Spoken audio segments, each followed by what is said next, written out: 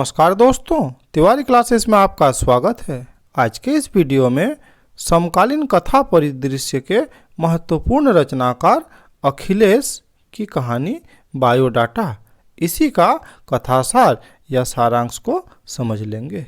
किसी भी कहानी के सारांश को समझ लेने से उस कहानी से संबंधित जो भी प्रश्न एग्जाम में पूछे जाते हैं उसका उत्तर लिखना काफ़ी सहज हो जाता है। तो चलिए बायोडाटा नामक जो कहानी है इसका सारांश को जान लेते हैं। बायोडाटा अखिलेश की एक महत्वपूर्ण कहानी है जिसमें नायक राजदेव मिश्र की कहानी है।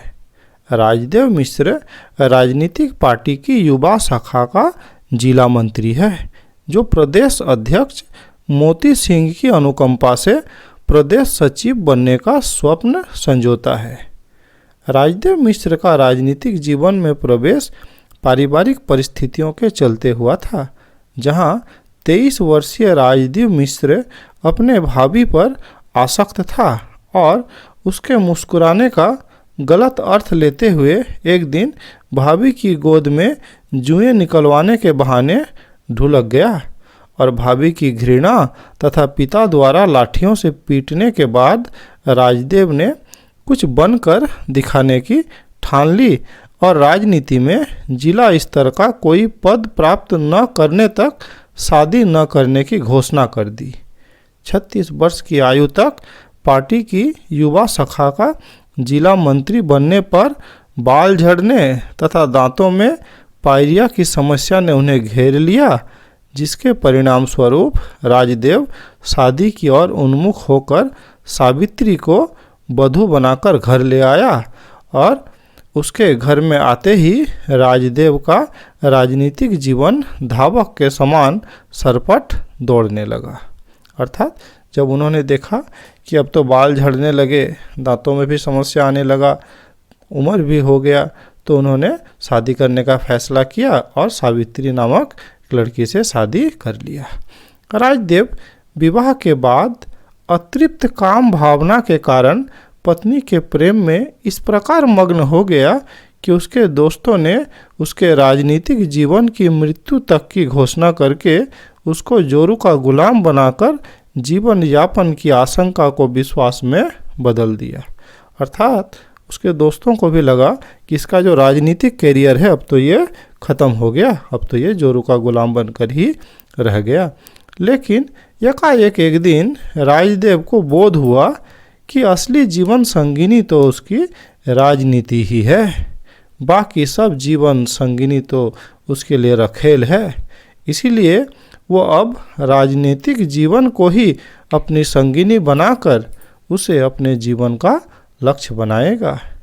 इसके फलस्वरूप राजदेव पत्नी सावित्री की घोर उपेक्षा करने लगा और सावित्री के गर्भवती होने पर अपने आर्थिक सीमाओं को व्यवहारिकता का नाम देकर उसे उसके माता पिता के यहाँ भेज दिया।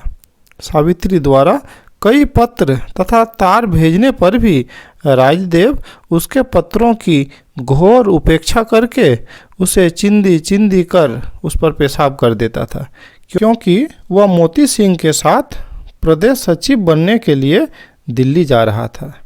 अपने विश्वास पात्र चेले को एक पत्र लिखकर राजदेव सावित्री के पास भेजता है कि कोई खुशखबरी हो तो बताना, तथा मैं सदा तुम पर जान न्यौछावर करता हूँ। और पत्र देकर पौन घंटा पूर्व ही स्टेशन जा पहुँचता है, जहाँ मोती सिंह से पहले उसका वही चेला जो सावित्री के पास पत्र लेकर गया था वो आ पहुँचता है और एक दुखद समाचार देता है कि सावित्री एक असामान्य संतान की मां बन गई है, जिसकी स्थिति बहुत गंभीर है और उसे देखकर ऐसा लगता था मानो मृत्यु ने ढेर सारा बलगम थूका हो, जिसमें जीवन के चिन्ह नहीं थे, वो बस जीवन की परछाई थी। अर्थात वो इस तरह के बच्चे का जन्म हुआ था जो असामान्य था।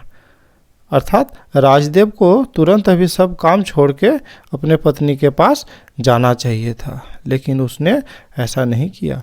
राजदेव को चेले के आगमन के बाद मोती सिंह आते हुए दिखाई देते हैं और वो चेले को फिर सावित्री के पास यह कहकर भेज देता है कि कोई खास बात हो तो यहाँ और दिल्ली के पते पर फौरन तार कर देना, अर्थात वहाँ पे खबर कर देना। वस्तुतः राजदेव के लिए प्रदेश सचिव बनना परिवार तथा संतान से भी ज़्यादा महत्वपूर्ण हो जाता है और वो मोती सिंह के साथ एसी डिब्बे में बैठा सोचता है कि यदि दुर्भाग्यवश बीवी और बच्चा दोनों मर जाते हैं तो वो अपने बायोडाटा में जोड़ेगा कि पब्लिक सेवा में तथा पार्टी की खिदमत में अपनी गृहस्थी तबाह हो गई और परिवार उजड़ गया। यदि ये सब नहीं होता और कुशलता का तार मिलता तो फिर उसे अलग कर देगा। इस प्रकार बायोडाटा युवा राजनीति में बढ़ते जा रहे लंपट तत्वों की कहानी है। राजदेव के लिए राजनीति सुख ही सर्वोत्तम मलाई है, जिसे प्राप्त करने के लिए वो परिवार को भी नष्ट होते हुए देख सकता है। तो इस प्रकार ये था इस कहानी का सारांश। अगर ये सारांश अच्छा लगा तो लाइक शेयर कर सकते हैं, साथ ही चैनल में नए हैं तो चैनल को सब्सक्राइब कर सकते हैं। इस वीडियो में मेरे साथ बने रहने के लिए बहुत बहुत धन्यवाद।